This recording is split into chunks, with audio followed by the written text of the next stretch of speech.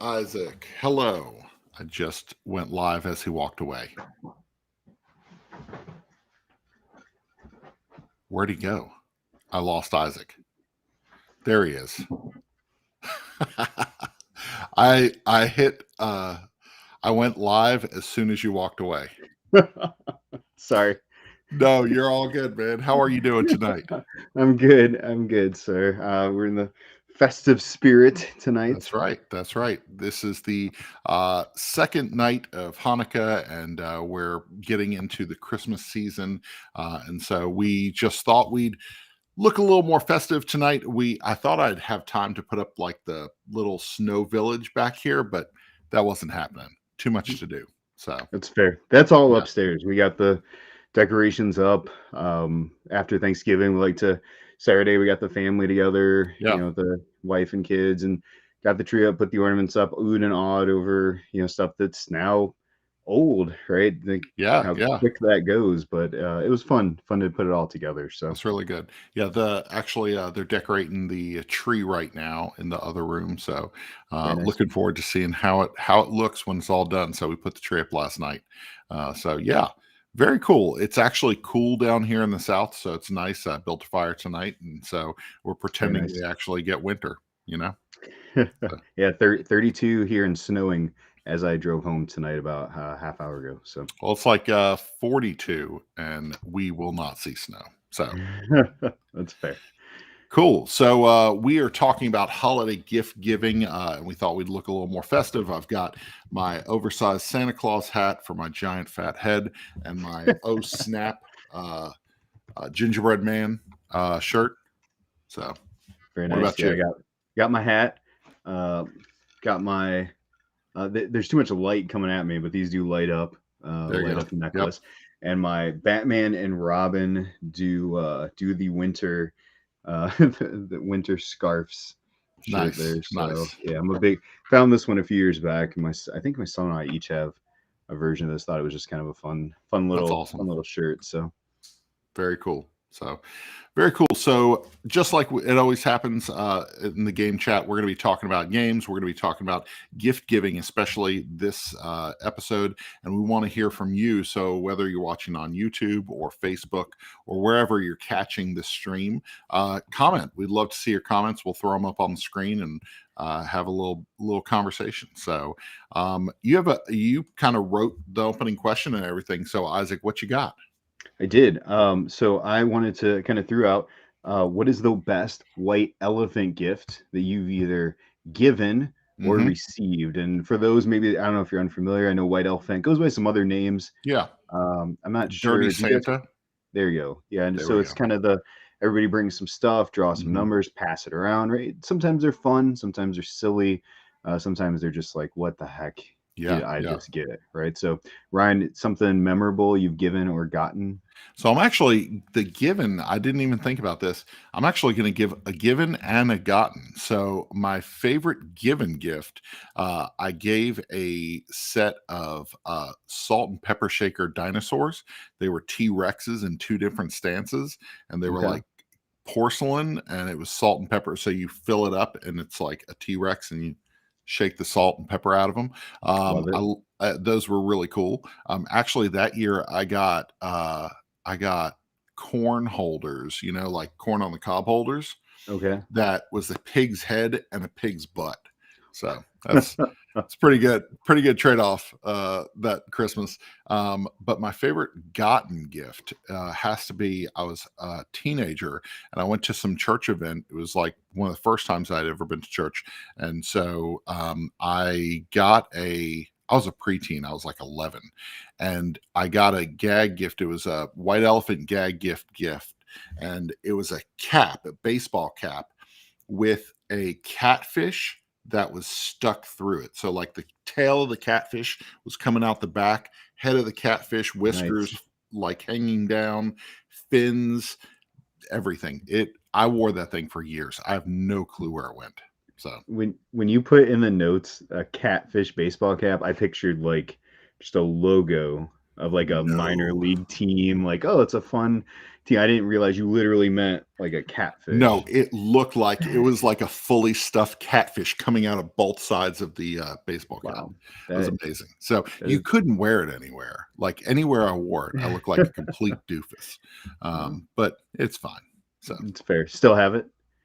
No, I wish I did. I actually think about that cap pretty often. So yeah, really well, sad. If your family's listening, that might be a good. Yeah, exactly. I might good need to call my mom after this and say, "Hey, do you remember where that goofy catfish hat that I got 30? Man, I'm dating myself. 29 years ago is a handful of years ago. A handful of years ago, back in the day."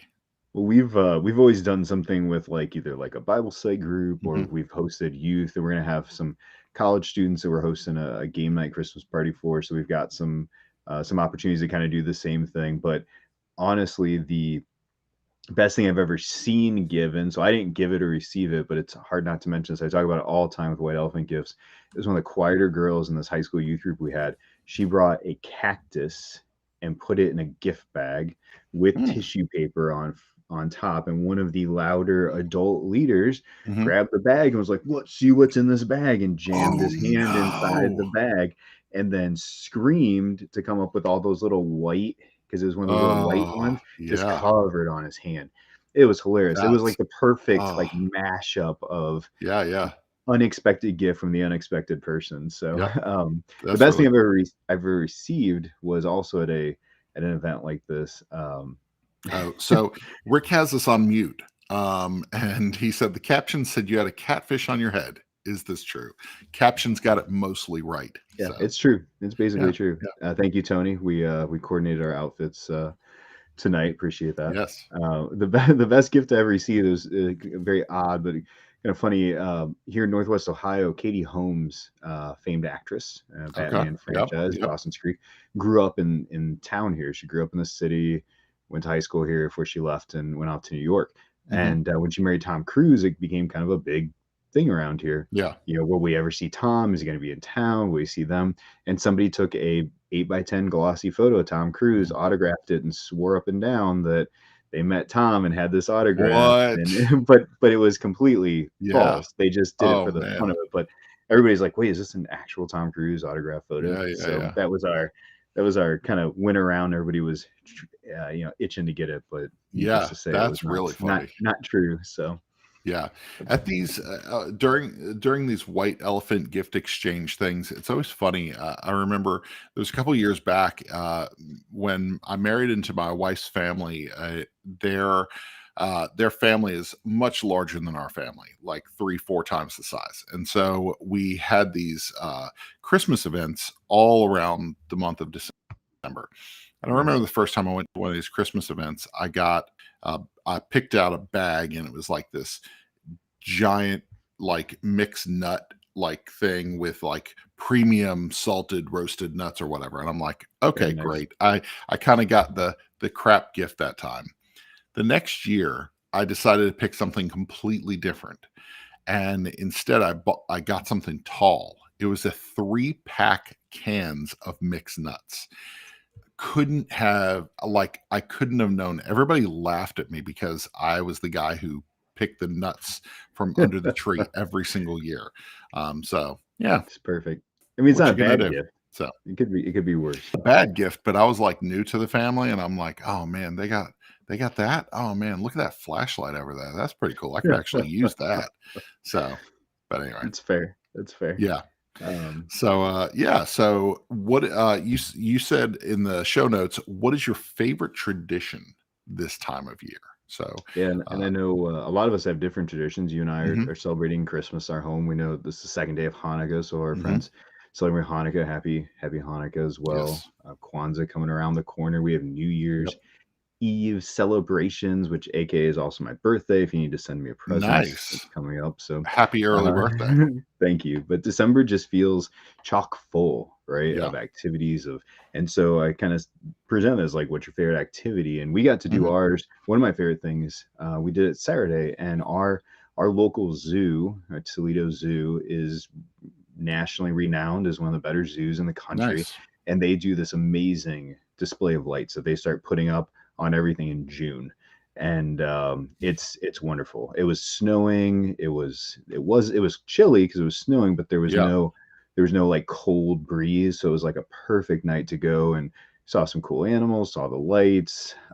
It's just a lot of fun, and that's awesome. our local zoo lights is by far one of my favorite things to do this time of year. Nice. We have a place called Callaway Gardens where I live, and Callaway Gardens is known for its golfing and just kind of nature stuff. They've got a butterfly center, and so they a lot of horticulture stuff. Well, they do a thing called Fantasy and Lights, which is a drive-through light display that's Nice. incredible, like one of the nicest things you'll ever see. And so it's a little pricey, so we only end up going every couple of years, but Sure. it's about that time to get back to it. It's been about 3 years that I can remember. But Nice. the kids are a little older now, and I think might appreciate the massive quantity of millions of lights. So Perfect. What else? What fits for you? What's your yeah, favorite time? so I think driving around looking at Christmas lights for us, we've kind of gotten to this routine of we'll just one night we'll just be like, hey, everybody put your pajamas on, let's load up in the van, let's go look at Christmas lights.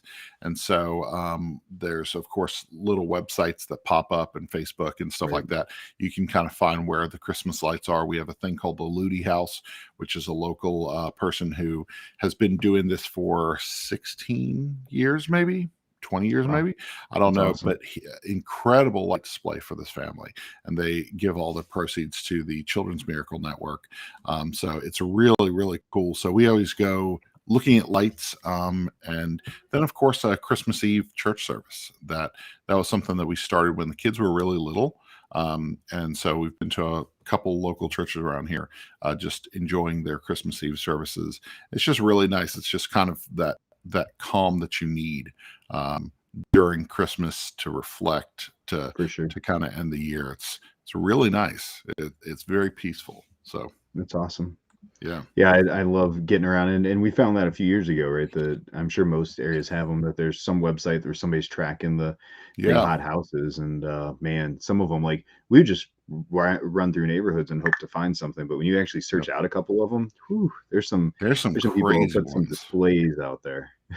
There was one we found. It was about a 20-minute drive outside of town, but we were like, we had heard really good things about it. And so we drove 20 minutes outside of town. They had some kind of fire display where it was like shooting fire into the air when it did its Wow. like final music run. It was like just flames. I was like, what does the HOA have to say about this? Because this person lives in a nice neighborhood, So who's worried about their house going up in flames? Yeah, So we love watching. My wife and I, yesterday, I think was the first episode, we were watching the Christmas oh, is that back light on? fight on ABC. Yeah, it just started Nice, yesterday, and nice. I love some of this. And the big question is always, what's their electric bill, which I think is easy question, but I wonder where Yeah, people store some of this stuff. Like, there's a yeah, lot of yeah. stuff, Well, but it's impressive. during Halloween, I got invited to a Halloween prop builders Facebook page. Somebody was like, "Have you seen this?" I was like, "No." So it's incredible. Like people rent storage buildings for an entire year just to store all their Halloween props. So I'm sure that Wow. Christmas time comes around. I'm sure that's the exact same thing. It's Right. wild, like some of the stuff that you've seen. So Yeah, yeah. for sure. Yeah. Well, So I'll you have keep a it simple with just some basic lights. Yeah, I've got to do that. I think I'm doing that Thursday, I think. Putting some lights on the house, so we don't go crazy. We just put Yeah, some nice, tasteful lights out there. keep it simple. Yep. So you have a controversial question in here. I do. I do. Yep. It's a yes or no question. I don't Yes. think it's a There is maybe. no. Yeah. There I is no think maybe. you feel one way or the other. So eggnog, Hmm, yes or hmm. no? Okay. So I feel like this is a 3, 2, 1. Both of us say it at the same time. Yeah, would you hear or Okay. Okay. So we'll do. All right. 3, 2, 1. Come on. What are you doing? What's wrong with eggnog? Oh, it's disgusting. It's like runny, it's like What? raw eggs. Ugh. No, It's I don't care for the consistency. I don't like the taste. you don't like the thickness of it? No, it's gross. No. Oh man. They I saw at Aldi's they had a an An almond eggnog. Yeah. Almond nog, I think is how they put it, which sounded even weirder. I was like, no, I'll pass. I'll Yeah. pass on all I don't of know it. about that. No, I'm Do you a make fan of your own? eggnog. I have. So actually, a Okay. couple years ago, I made my own eggnog for the very first time. It's not hard. You just have to have the right ingredients. I think it's heavy cream, eggs. What was it? Tony, Like I made Tony my knows own. what's up. Tony, eggnog is gross. What, Tony? Come on, man. Eggnog is not gross. It's delicious. And Yeah. the saddest part is I didn't try eggnog until probably 10 years ago, 8 years ago. And so I'm a new eggnog convert, if you will. So Okay. yeah. Oh, there we go. Tony's got it. There we go. Okay. So I'm gonna stick with my eggnog. I enjoy eggnog. It you've got to what There is you go. Jason? No booze, Jason. Okay. I love Mez eggnog. like right here, right? Yeah, He's giving it a yeah. I don't Yeah. know. I hate that I missed out the first half of my the first half of my life without eggnog. So because I was afraid to try it. Holy crap! That is too long for eggnog. It's so good. There we go. So eggnog is What's going so on, good. Chris? It's delicious. Jason, So, Tony. yeah. Hey, let's take an aside for half a second. Yeah. Chris over at the Charity Board Gamer Yes. is running a contest, 12 days of giving. First off, if you guys don't know Chris, you don't follow that page, get over there, check out YouTube, Instagram. But every day on various platforms. So today it's Instagram, tomorrow it's his YouTube page, the Charity Board Gamer. They're giving away games. And he mentioned today, I was watching his Instagram video earlier while I was finishing up notes at work, and they don't have a lot of entries, and they're giving away some cool stuff. I think they're giving away Parks and Taco Cat Cheese Goat cheese pizza. Something like that. One of you those haven't things. played that? No, I have Taco not. Cat I'd like cheese to. Pizza. I would like to, but I haven't played it. But they're giving away both those games, and that's day one. So yeah. So he mentioned today Unmatched is going to be one of the giveaways too. So so I just put a Charity Board Gamer Facebook page in the show, in the chat. So be sure to click on that. Win some games during this holiday season. Yeah, so, it's awesome. Awesome stuff. They do Chris, good stuff over there. Giving away some games. Yeah, absolutely. Well, we are talking. Are we talking about games? Cool. Do this. Yeah, we're gonna get into games because it's the game chat. But I forgot. I have a festive drink in the other room that I forgot to bring with me. So I'm gonna go get my festive drink because this is what you do when you have a live show.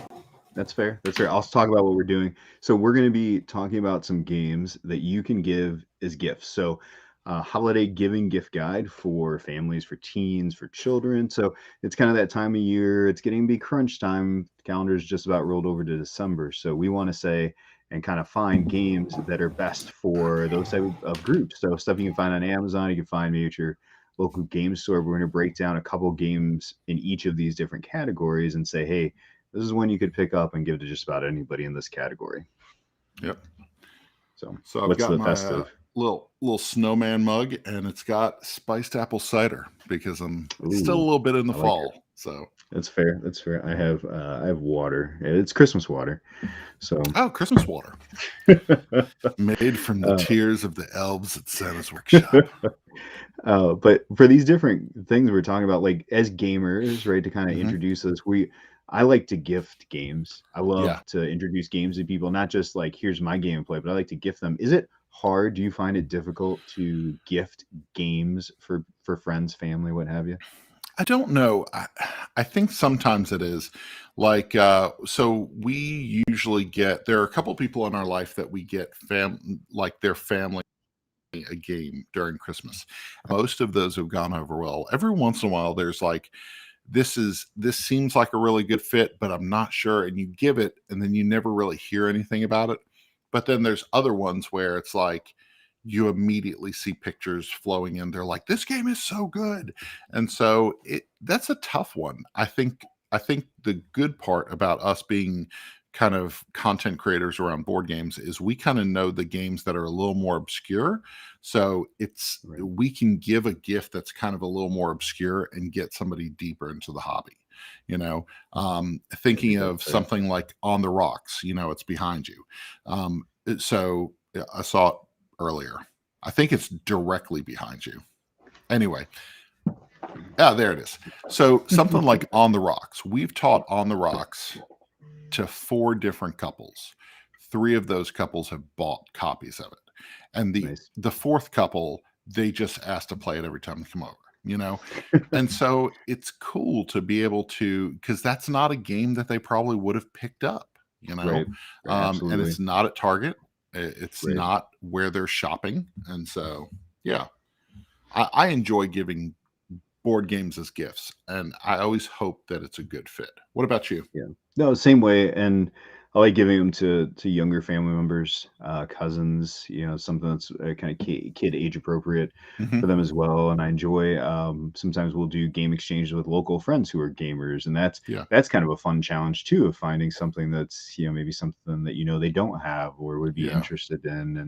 And so it's kind of fun to play around with some of those different areas. So I don't find it too difficult, but I don't think I give a ton of games as gifts. Every now and then I'll get one for my wife for like her birthday or Christmas if I think it's something that like, oh, she'd really enjoy this game. But it's not that's not the norm.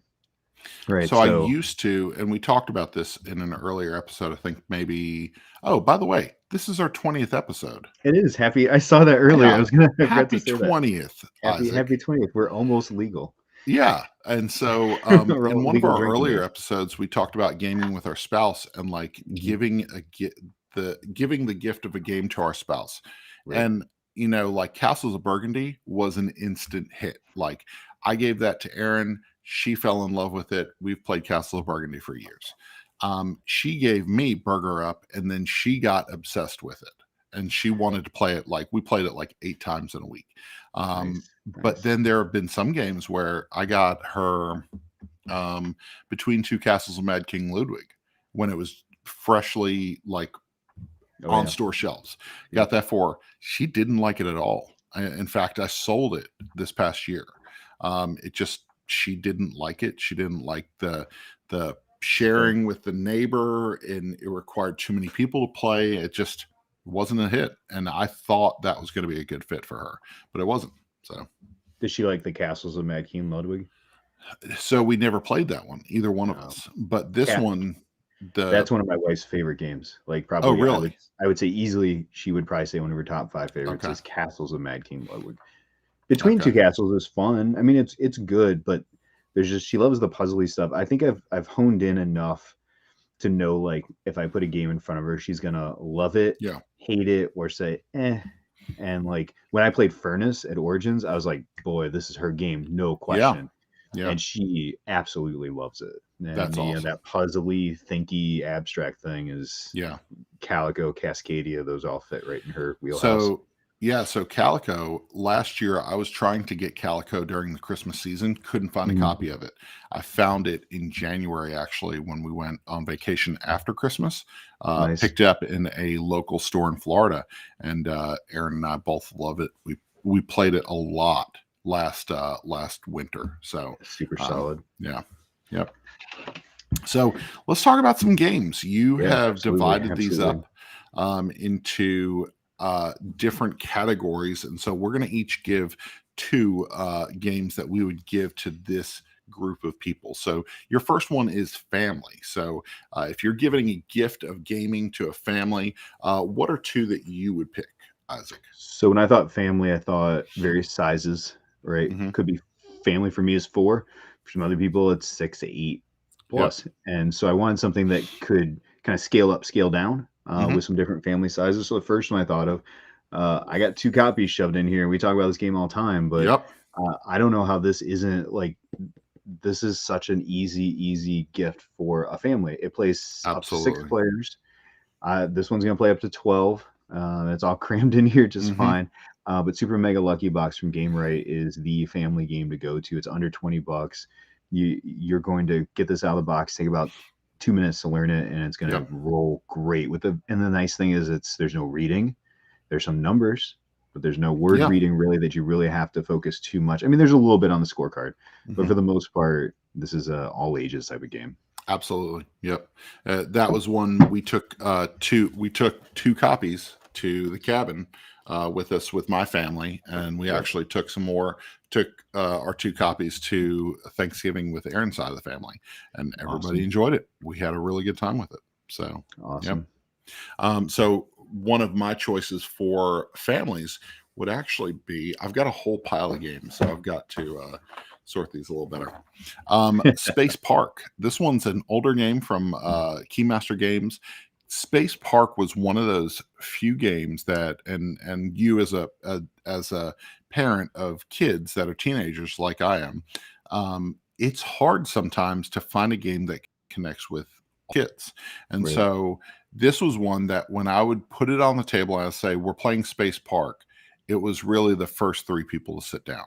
That's what it wound up, because everybody enjoyed the mechanics. They enjoyed the little gems and the badges and just the cool spaceships. This is a really fun game, and it's easy to teach. It's something that can pop out for 30 minutes and have a really good time with it. So Keymaster Games Space Park, it's a couple years old, but it is still super solid choice for families. I love it. I love it. The other family-oriented one. I have so many games sitting over here. It's ridiculous. I know. It's like a pile here and a pile there. I spend so much time just putting stuff away after we do these shows. I know. This show is actually just a huge, like, hour and a half time hog on our Monday nights as we start a week.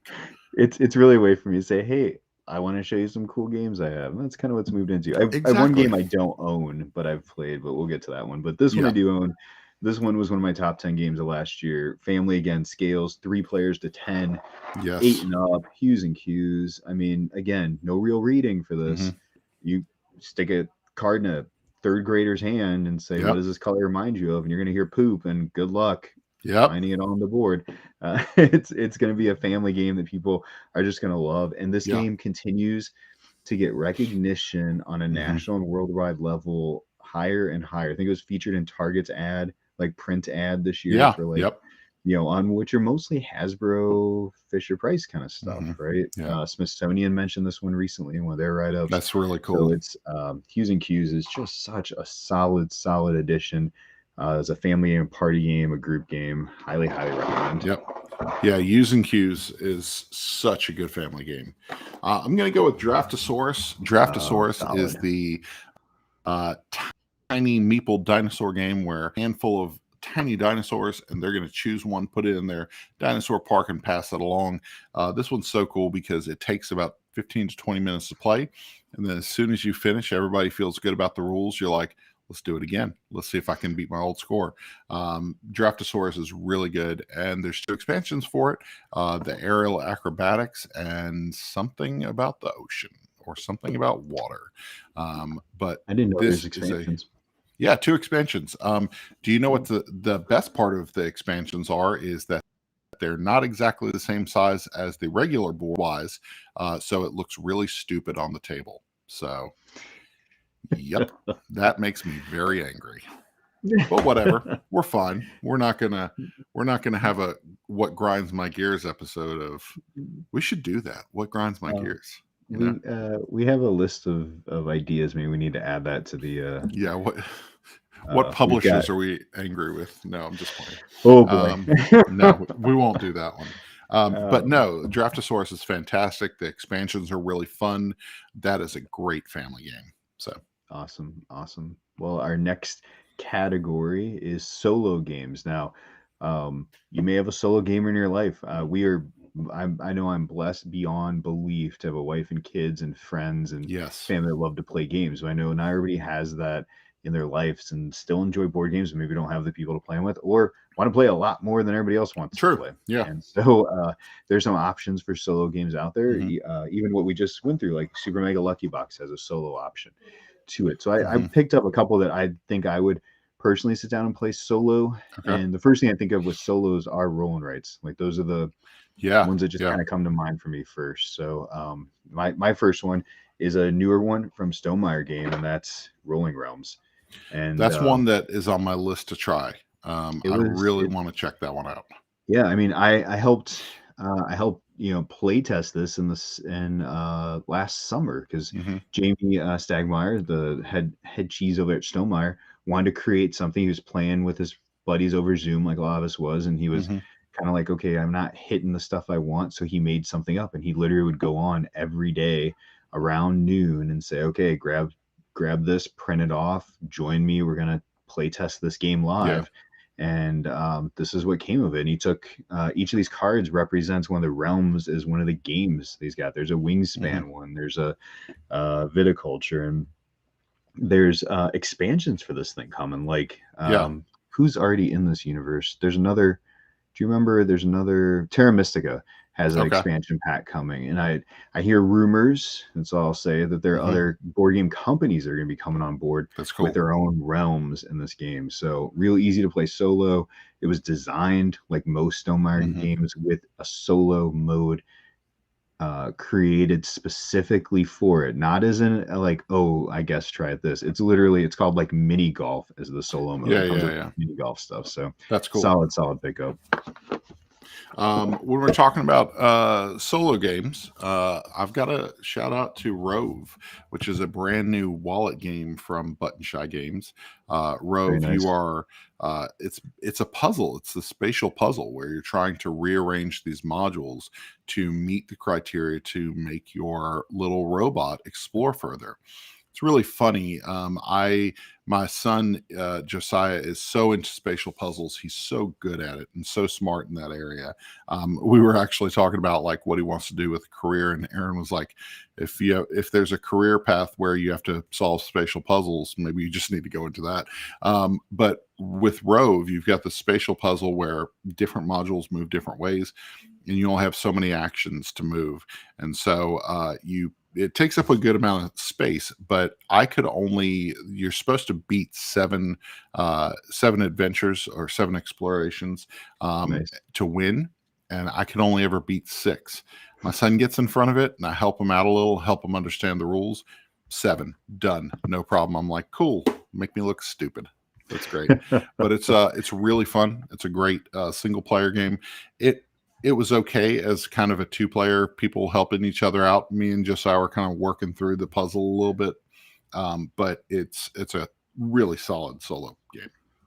Very nice, very nice. The other one I have on my list is any of them, but this is the third and the most recent version of the Cleaver games from Stronghold, Cleaver Cubed. Cleaver Cubed is the third in the series. There was a Twice as Cleaver that was kind of a part 2. It was okay to the original Gon's Cleaver, but this one's solid. Like it's puzzly. It's one, again, if I had this in an app and I played Gon's solo all the time in the app. I played that app so much. Right. This one I would love to see in the same kind of format. So if you're not familiar with these, they're pretty simple. Roll some dice, mark off some numbers, score some points. It's very, very simple, easy, great little game that would work excellent for a solo gamer. Yep. Last solo game, Gentle Rain from Mondo. This one came at a very interesting time. I had just lost my grandmother in the spring, and I sat down and played this as kind of a form of sitting and relaxing and trying to just get down with my thoughts and have a moment of peace. Man, this is a really solid solo game. It's actually one of the very first solo experiences I ever had. And it's very, very good. You are trying to you're flipping over these tiles and you're trying to create these lily pads or these flower combinations in order to plant a new flower on this pond.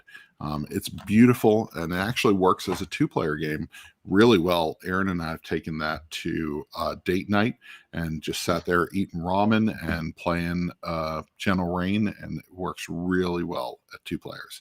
So that is from Mondo Games. Yep. Yeah, very, very, like you said, very peaceful. And I think it even encourages that in the gameplay when you read through the directions and how to play it.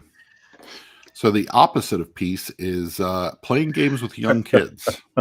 So So we're going to be talking about games that you play with young kids. The first one I actually don't have, but we gifted it to another family just recently. Shadows in the Forest. That is, you may have seen it on store shelves at Target. Shadows in the Forest is, you've got this board and these different trees, almost like very similar to photosynthesis.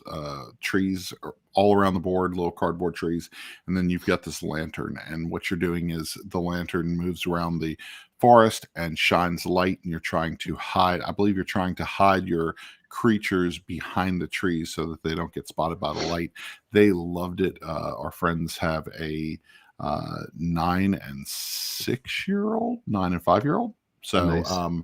but yeah, so they really enjoyed playing it with the girls. And yeah, Shadows in the Forest, if you can find a copy of it, we were able to find a copy last year, and they really enjoyed it. But that's a solid family game. That's awesome. Yeah, my first one also is one I don't own. I think this goes into kind of where we're at in our lives. We don't have little kids, Yeah. but it's one I really it caught my eye. I think somebody on Instagram was playing it. It's a Haba game. You can't go wrong with Haba games for little kids in the most part, right? Rhino Yep. Hero, Animal Upon Animal will always be in my collection. But Hammer Time is a new one from them. Yeah. It's fun. You're hitting the side of the box, right? Yeah, you Okay. flip the box over, you cover it with a bunch of little gems, and you Yep. hit it with a little wooden mallet, and you're trying to match gems on a card that you have. If you knock too many gems off, you don't get any of them, and you're trying to complete cards. And there's a die you can roll to do silly things, like you have to hit it with your eyes closed, or Yeah. hit it with the opposite side, or there's one where you have to put your head on the table and hit it. That's cool. So it's fun, it's silly, it's letting kids bang, bang, bang, and move things around. Like it's a winner for a little kid. And probably teaching them moderation and hitting things too. So. It is. Yeah. That's really cool. So I would say if you are gaming with kids in mind, winner, chicken dinner. You can't go wrong with this one. Everybody is trying to capture, all the people at the table are foxes.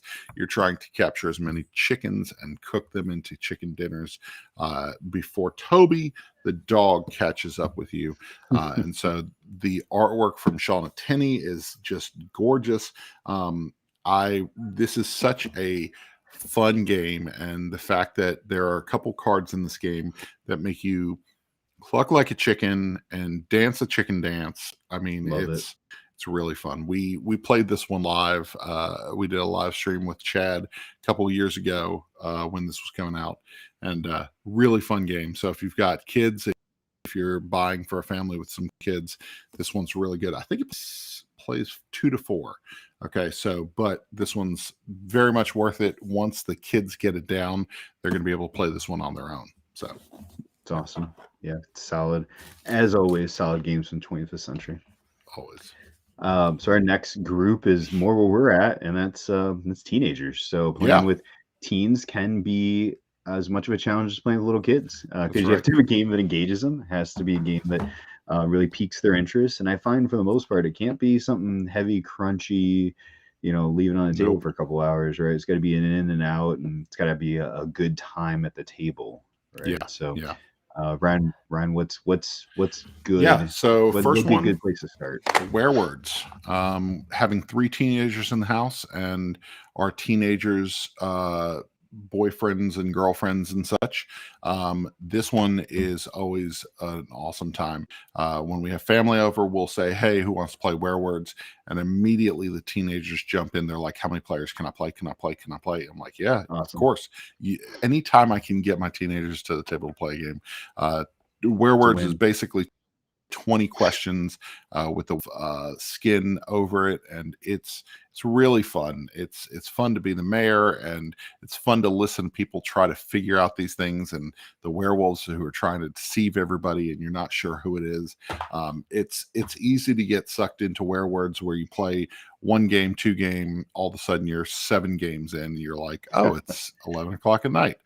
You can ask Rick. Rick has played Werewords well over 100 times that I know of. Wow. So yeah, Werewords is really solid. Yeah, I've never played it. I mean, I'd like to. It's not one in my collection, and Yeah. nobody locally. But yeah, that's great.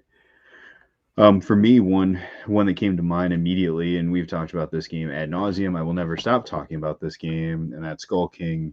You Yep. guys know we love Skull King.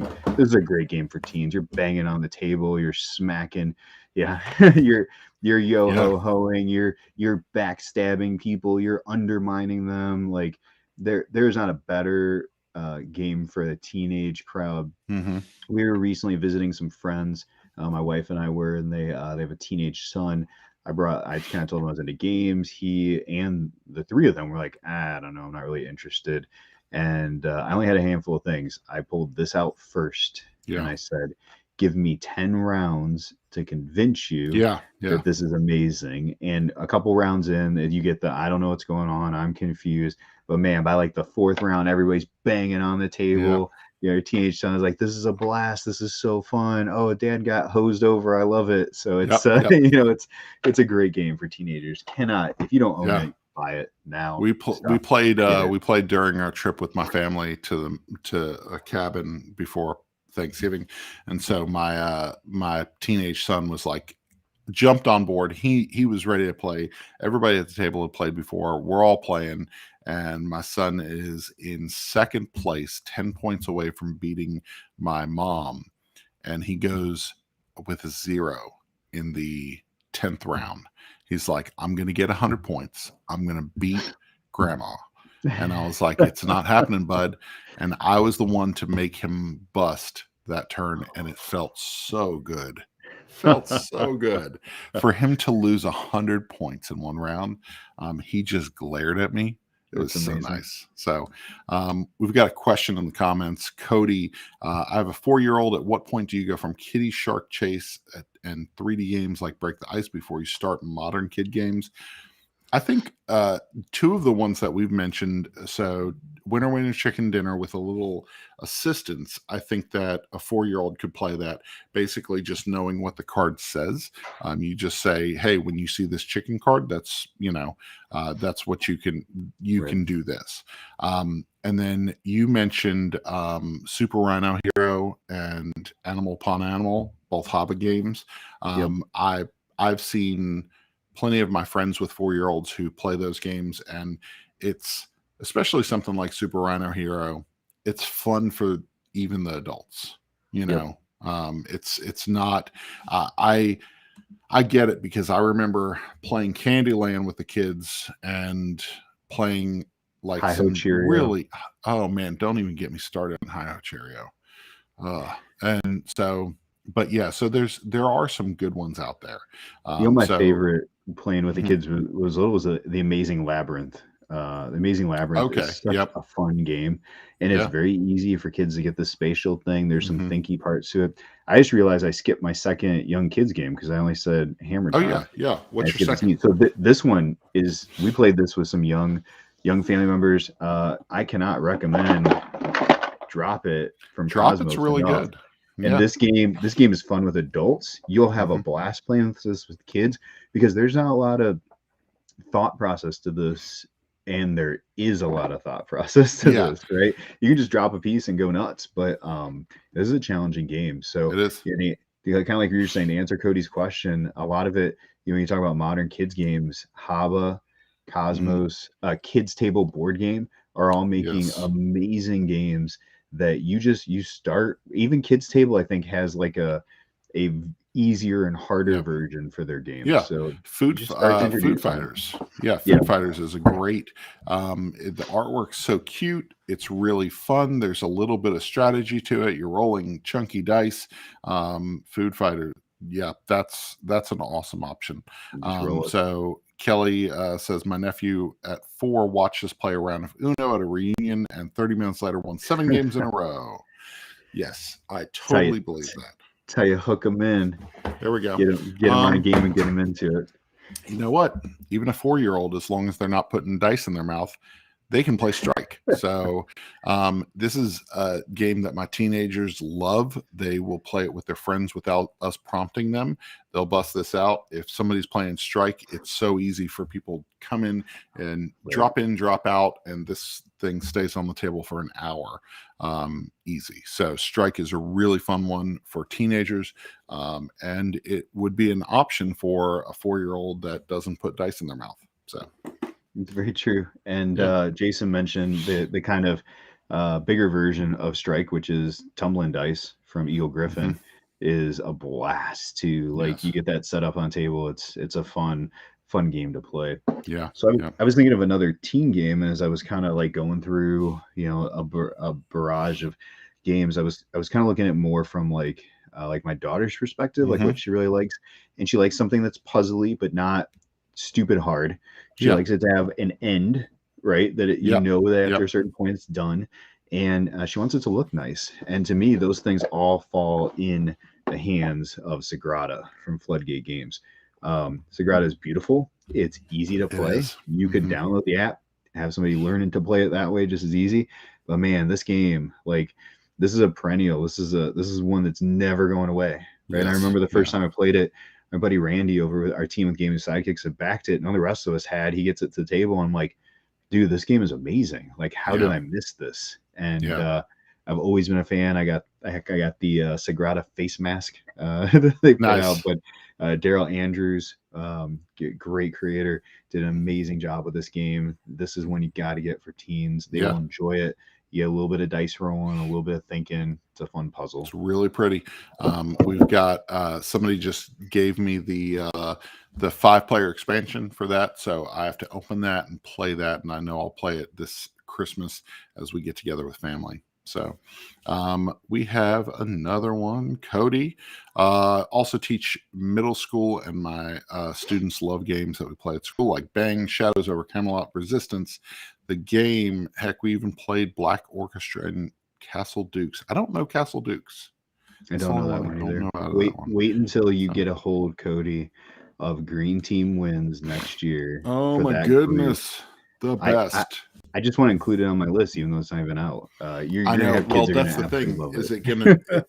How many top 10 lists is Green Team Wins going to be on? I know.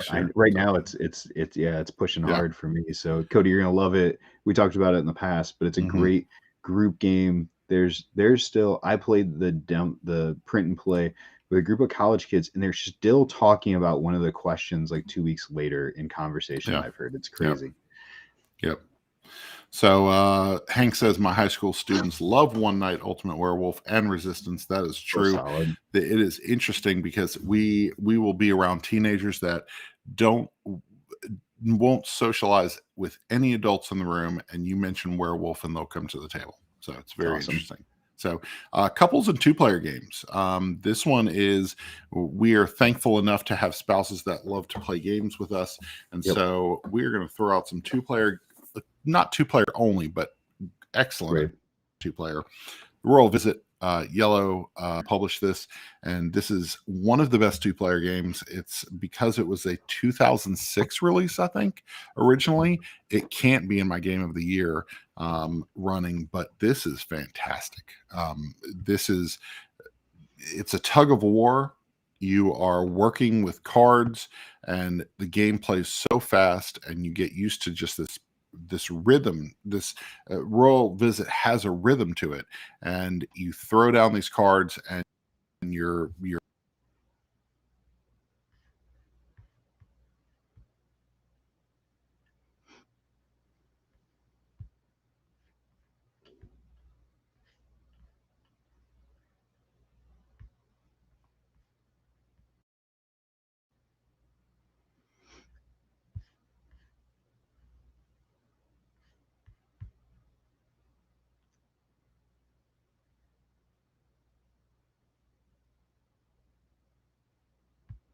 I think Ryan, I don't know if you can hear me. You froze on my end.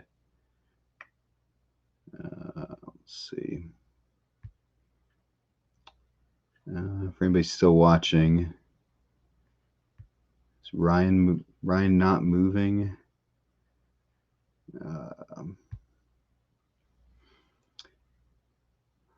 I'm not sure. I don't want to talk over him if he's currently talking. Nope, it's just me. Looks like we lost. Oh, looks okay. Uh-oh. Looks like it's just me. Hopefully he'll be back in just a minute. All right, so Ryan is frozen. Yeah, and I'm in Ohio where it's colder. So finally we're switching to the All Isaac show, which has been my plan all along. So just kidding. We'll give Ryan a chance to come back in. Ice storm in the south. That must be it, Tony. That is correct. Thank you for everybody telling me he is frozen. I'll wait for him to come back in. Solo Isaac. Yes, here we go. Okay. So now let's start with board game beefs. No, I'm kidding. While he comes back in and figures this out, we're talking about a couple games, 2-player games, games that play well with another person, and one I've had a chance to play with a couple of different friends, just one-on-one, and one that Bob introduced me to from over at One Board Family is Shobu. Shobu from Smirk and Laughter Games. Sorry, is a great 2-player game. It's beautiful. It's challenging. It is a great game to play with 2 players. And honestly, probably one of the simpler games. One of those games when you play it, you're like, man, why didn't I come up with that? How did I not invent this? This is a simple game, but it involves some rocks. I mean, this is literally, if you look at the back of the box, this is literally the setup. It's 4 small boards. It's a couple of stones. Your goal is to knock the other player's stones off any one of the other 4 boards, and you win. Shobu is solid and one of the easier to play 2-player games that I've had a chance to play. And it's, if somebody loves chess, checkers, that type of thing, it's going to be a fun one for them to enjoy for sure. So that is Shobu. That's my first one. I'm going to see if, hold on, check if Ryan's messaging me here. He is not. Okay, back to me. So my other one, while we're waiting on him, is actually a new game from Pandasaurus Games, and I haven't cracked it open yet, but I do want to show it to you. It is a game that we got to preview at Origins, and it is for sale right now. And it is called That Time You Killed Me. That Time You Killed Me is a 2-player abstract game that has 3 little boards you can see on there, and you are moving through time to basically try and kill this other player. You and your opponent are rival time travelers, and your job is to try to race each other from history. To prove that you're the true inventor of time travel, you got to get rid of the other person. But it's really interesting in the way the boards kind of work and move, in that you are trying to, you could plant a tree in a space in the past, and it grows into a bush, and then grows, or plant a seed, it grows into a bush and then a tree in the future and kills the person right where they're standing. So there's a lot of like back and forth between can I take care of this person right here, and then can I eventually kill them into the future. So it's got 4 different chapters that you have to play progressively through, and it's a lot of fun from what we demoed and played at Origins, but brand new, highly recommended. Be another good one for gamers that are kind of the friends that have everything. This would be one you could definitely get and have them check out. So Ryan came back to me. He said his internet went out and it's still down, so we're just gonna keep rolling right along here. So Nate, sorry, I can't put everybody's comments up. Nate Higgins asked the time it takes to play. So for That Time You Killed Me, each one is about I think it's like a 15 to 30-minute game, but it's progressive in that there's chapter boxes. So you play through a chapter, and then that unlocks into the next chapter. When we played it and demoed it at Origins, we only learned what was in the first chapter. But they said as it moves forward, it unlocks more and more things that are unique to this game. So the other thing I thought was really cool that Danny over at Pandasaurus had shared with us is the artwork for this. They found a guy who does I think just like graphic design for general advertisements who did this. So the artwork's neat in that it's something that's not your typical board game artist who put it together. So Cody also said, I love Duel in the Dark, a 2-player programmed 3D World War II bomber game. That's pretty cool.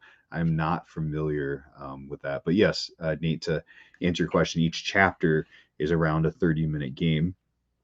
and then that opens up as you continue to play those 4 chapters. And I believe it's not a legacy game in that it's, play 4 and you're done, just that it unlocks more content as you play through those chapters, and then you can add and take those in and out of the games as you see fit. So those are my two-player game. Ryan had mentioned Royal Visit that he was talking about. The other game he was going to talk about is Trails. Trails is another solid game that plays well with 2 players. I think Trails is the one that was exclusive to Target, if I'm not mistaken. I don't have that game, so it's hard for me to speak specifically to it. Our last category, and I'll nail this out while we see what happens with Ryan here, is for the gamer. So for all of you gamers like myself, like Ryan, those of us that really love a good game with some weight to it, what do we like to play? And I've got a couple of ideas. Hank commented Dice Masters. That is not one of my ideas, so I'm going to say no to that one. But one of my ones for a gamer is from Renegade Game Studios, and that is Adrians Wall. This is a roll and write on steroids. This game, it's roll and write with 2 sheets of paper. You are doing some serious management of resources, of people, of moving things around. It is a solid game for somebody that likes a little bit of crunch, a little bit of meat to their game. So if you got somebody who enjoys a good roll and write but wants a little more weight to it, Adrian's Wall is where you're going to find it. Highly recommend that for your gaming gamers. The other one, I was between a few different ones. I had Garinto from over at Grand Gamers Guild is another great option. I had 25th Century's Kohaku as an option, but the one I settled on is probably, if I could redo my 2020 top 10 games, this one would be right up there at the top. Hold on, I gotta reach. And that is Dune. Dune is such a solid game from Legendary and Dire Wolf. Thoroughly enjoyed this game. Didn't get a chance to play it until 2021. Oh, there we go. But had I played this in 2020, would have had this high on my list. It is a great little deck building, action selection, a little bit of worker placement. Highly recommend Dune.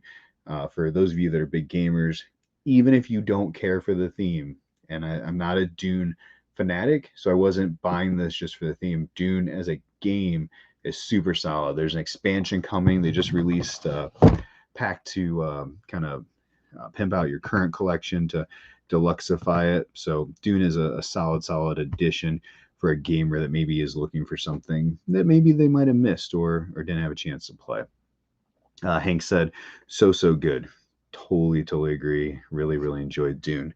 So my last one for a gamer, and Ryan for a gamer. Let me look at his list. He had Ride the Rails, which is a great game, I believe, from I believe that's from Capstone. And then his other one he had was Terraforming Mars, Ares Expedition. Wholeheartedly agree. Ares Expedition is Terraforming Mars kind of squished into a quicker, faster version of Terraforming Mars.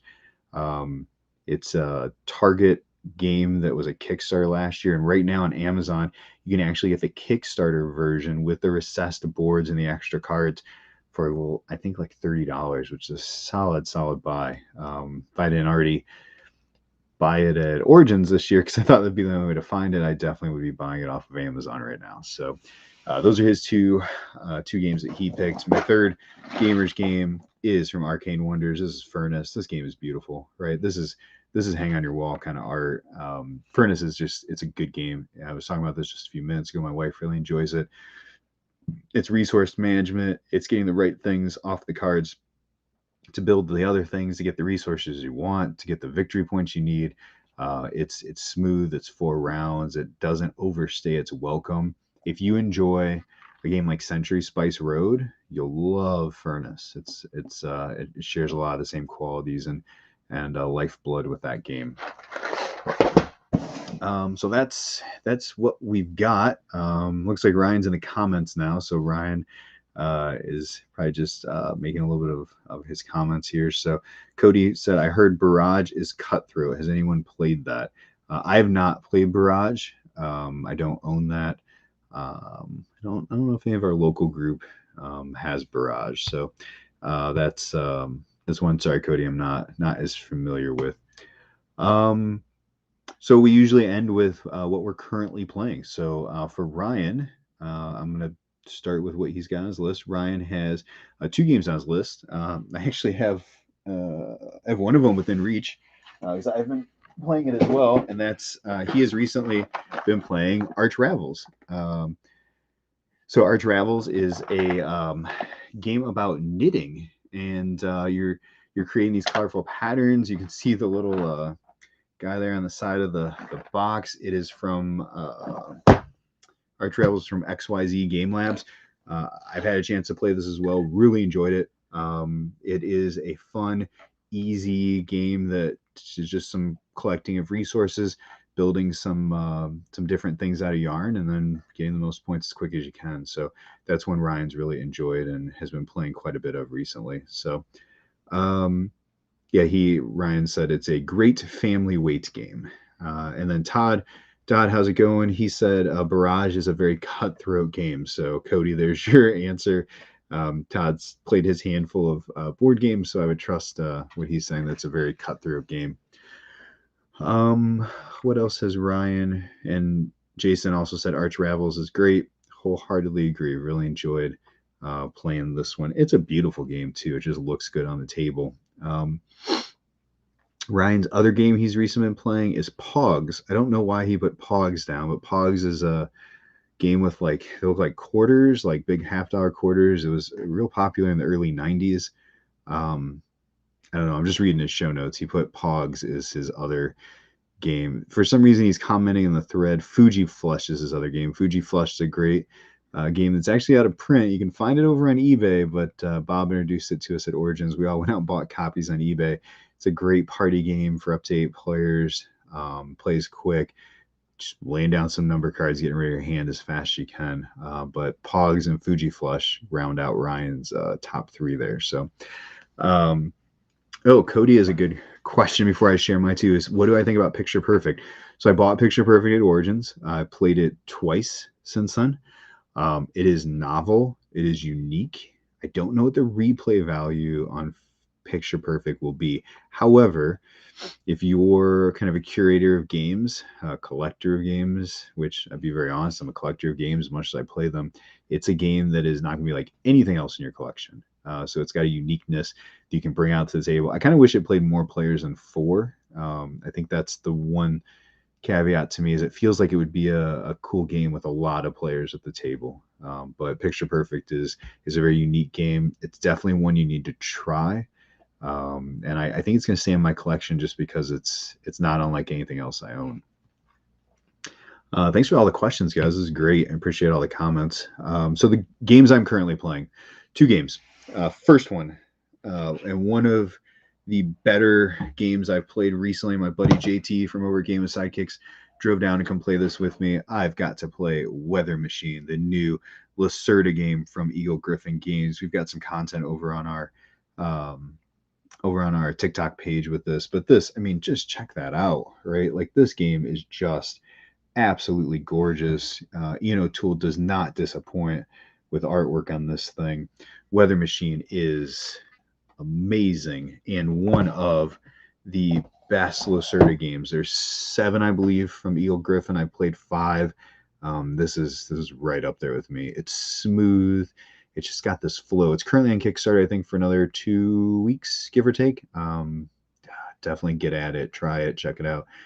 Stuart's making some comments. I believe it's Stuart. I'm going to guess it's Stuart under our Game of Sidekicks, saying it's so good, accessible the first play.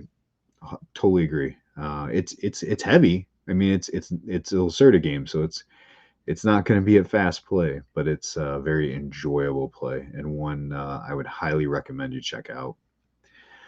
My other game, it is Stuart. He switched somehow. My other game that I've been playing, so many games here, is coming next month, I believe, on Kickstarter or maybe January.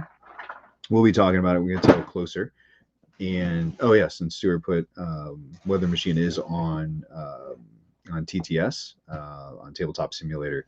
People are interested, but this is a new game coming from 25th Century, and this is Blazon. Blazon is a game by David Conklin. Again, artwork by Ian O'Toole. Can't miss his style. It's about heraldry and the creation of shields. Blazon is medieval heraldry, so you're building these shields. The boards are literal shields. You can see there the pink and blue that you're placing cards on. And one of the coolest parts of this, and I got to thank Chad for sending this prototype over, are these score marker things that you're getting. These giant, like heraldry animals. Oh, that's a dragon's upside down. I mean, check those out. Those are just, that's not going to focus, is it? Right about, that's fine, right about there. I mean, you can see these things are large, and you get a full set of these bad boys. Hey, there's Ryan. Look at that. But these are the one of the coolest parts of this game, for sure. I was just getting ready to finish. Can you hear me okay, Ron? Maybe. He's there. I think you guys can probably see him. I'm back, but I cannot hear you. Oh, you can't hear me. Why can't I hear you? Why can't? Check. Thank you for saving. I was getting ready to wrap up. This is great. Well, I just shared my favorite games there. Ryan's gonna drop right back out. It's back to me. Shared what I've been playing recently. So those are some of my recent plays. Hopefully you guys have had some fun games that you've had a chance to play in the recent past as well. And I don't know if Ryan's gonna pop back in, but if he's not, I want to wish you all a happy start to your holiday season. Good luck with your shopping challenges, as it were, as you get out to get those gifts and get those games that you like for the people you love. There's some various places you can find us in our content. For us over at Gaming with Sidekicks, you can find us over on Facebook, YouTube, Instagram, TikTok, you name it. We're just about everywhere. Tony said next time this happens, you have to pull a Garth Dead Air. Fair enough. One Board Family, you can find them over at One Board Family at, again, the YouTube, Facebook pages. They have a TikTok and Instagram page as well. They're making some great content. Ryan and his wife are playing Unmatched every Friday night. So if you have any interest in that, they've been playing that for a year. They have a great collection of Unmatched videos that you can check out on their YouTube page and kind of see where that content's moving to. The next place you can see me and Bob from over at One Board Family is going to be at PAX, and we'll be at PAX about a week and a half. So super excited to get down there to Philly to see some of you, play some games, hang out. If you happen to see me, I'll be wearing a Gaming Sidekick shirt probably just about all the time. Please stop. Please say hi. I'll have some pins. I have some awesome first player cards that I can give you as well. We're excited to see you down there. And our buddy Jazz is going to be hanging out. Derek and Lizzie from over at Board Game Spotlight will be there. We'll all be hanging out, playing games, having a good time. So please do, introduce yourself. Come join us if you get a chance. It'll be a great time. So that's all we've got. Thank you, everybody, for joining us. I'm going to sign us off on this monumental 20th episode of the Game Chat. And from both Ryan and myself, we'd like to thank you for joining us. Have a great evening, folks.